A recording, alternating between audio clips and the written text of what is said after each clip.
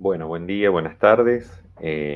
Antes que nada, muchas gracias por esta convocatoria. Gracias particularmente al profesor, colega y amigo Marcelo Vitarelli, y a todo el equipo de trabajo por siempre estar generando estos eventos y posibilidad de, de encuentro crítico, reflexivo. Así que a todos ellos mi más sincero agradecimiento.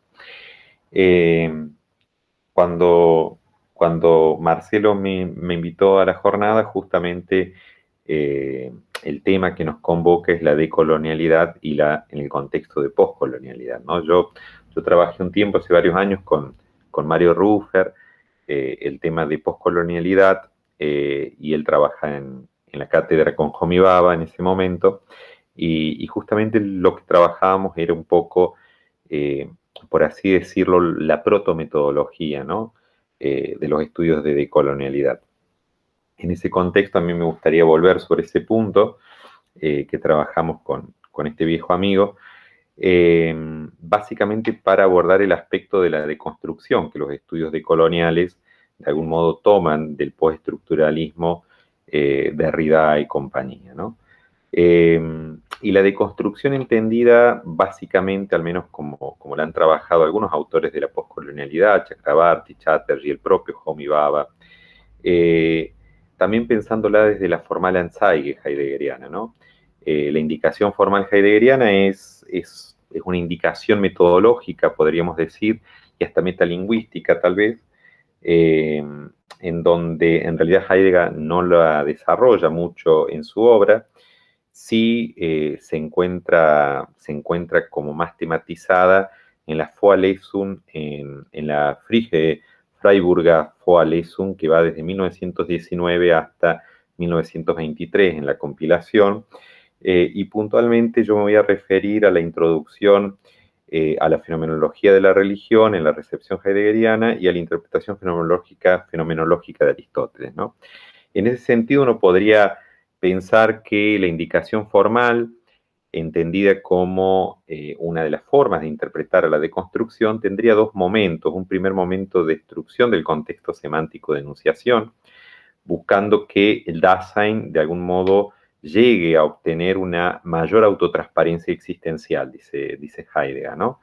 ¿Esto qué significa? Cuando yo puntuaba lo que quería charlar un poco con ustedes hoy, básicamente implica un primer momento de justamente destrucción semántica, ¿no? Del contexto de sentido. Supónganse, en la introducción a la religión, yo tengo a la fenomenología de la religión de Heidegger, tengo el concepto de comunión en sentido moderno, no lo termino de comprender, lo deconstruyo, de algún modo lo destruyo y lo vuelvo a construir en el contexto del latín, y tengo comunio, tampoco entiendo comunio, no logro esta autotransparencia existencial, esta comprensión en términos ontológica, perdón, de la noción, y voy al contexto de enunciación griego, por ejemplo, koinonía. Y allí sí lograría, en esa reconstrucción del campo de sentido del mundo griego, con las partes y contrapartes del concepto koinonía, logro una mayor autocomprensión del concepto. En esa medida, la indicación formal como prefigura de la deconstrucción tiene entonces este momento fuertemente destructivo de algún modo. Yo siempre pongo un ejemplo que es como un auto que ha dejado de funcionar, no sé nada de mecánica, de algún modo lo deconstruyo, separo las partes y contrapartes del motor, comprendo cómo es que funcionan, aprendo y lo vuelvo a construir. Ahí estaría el segundo momento, ese momento reconstructivo, pero ahora el auto funciona bien, es decir, o mejor al menos. Es decir, que una vez que comprendido, ¿no? Ya sea en otro campo del sentido, que era la apuesta heideggeriana, o en el propio campo del sentido, pero dentro de otras reglas de juego, con una ampliación de horizonte de comprensión, por ejemplo, para decirlo en términos gadamerianos, en esa medida lo puedo ahí volver a construir, pero ya va a funcionar distinto. Es decir, la deconstrucción supone también este segundo momento de la indicación formal reconstructivo de la formal Anzeige, ¿no? pero en donde ya aquello que estoy intentando comprender funciona distinto. De lo contrario, no sería deconstrucción en sentido estricto, sino que sería una mera reproducción de lo mismo. Entonces, si entendemos a la deconstrucción dentro del pensamiento decolonial en la situacionalidad latinoamericana y con todas las mediaciones que ello implica, la pregunta sería, bueno, ¿qué debemos deconstruir? ¿No? Yo creo que sería interesante pensar en este contexto una deconstrucción de, por un lado, el modo de producción capitalista, ¿no?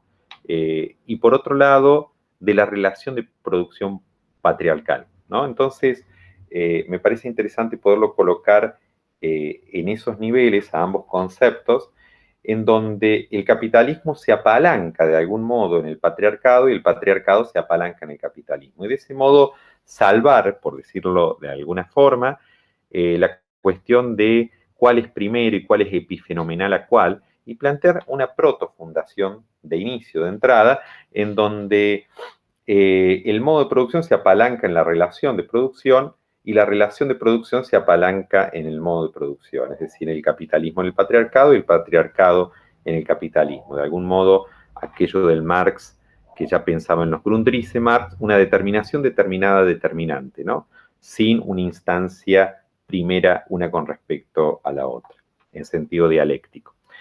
Si eso es así, si lo que debemos de construir es el capitalismo y el patriarcado como modo de producción y relación de producción respectivamente, que se apalancan y co-constituyen mutuamente en el contexto latinoamericano, yo pensaba proponer también discutir una razón discursiva ampliada, que es lo que estoy trabajando justamente en este momento.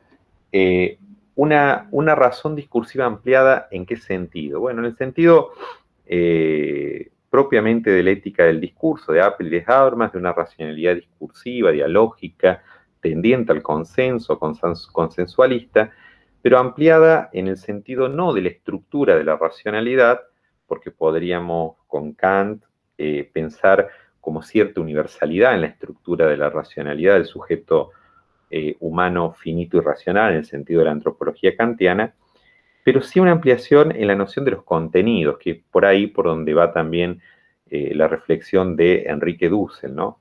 ¿Qué quiero decir con esto? Podríamos pensar que es sumamente necesario en el contexto actual un proceso de decolonialidad y de poscolonialidad, por lo tanto, en términos de la deconstrucción, como lo hemos referido en relación a este capitalismo patriarcal o patriarcado capitalista, por ejemplo, en el ágora y en el discurso público, con temas referidos a ciertos contenidos de la racionalidad, no la estructura de la racionalidad, que la podemos suponer sin mayores problemas como analogable, pero sí al menos en los contenidos de la racionalidad, por ejemplo, en donde se permita la inscripción de ciertos contenidos propios de lo que de otro modo sería un lenguaje mágico o mítico, ¿no? Que sería desacreditado de entrada y a priori. ¿Qué estoy queriendo decir?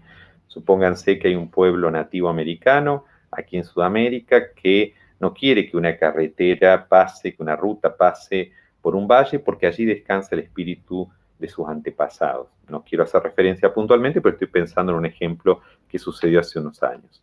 Bueno, en una noción de racionalidad discursiva ampliada, en donde haya otros contenidos de racionalidad que puedan ingresar y que logren inscripción en el sentido de Dina Picotti, y también en el sentido de la analéctica de Dussel, es decir, la anticipación de la posibilidad de validez y la ampliación del horizonte epistémico epistemológico en virtud ahora del otro, de la inclusión del otro, debo poder aceptar como un argumento válido también y debo poder intentar resolver en el discurso, en los estados modernos latinoamericanos, estos argumentos que vienen, por ejemplo, de una nación originaria X, ¿no?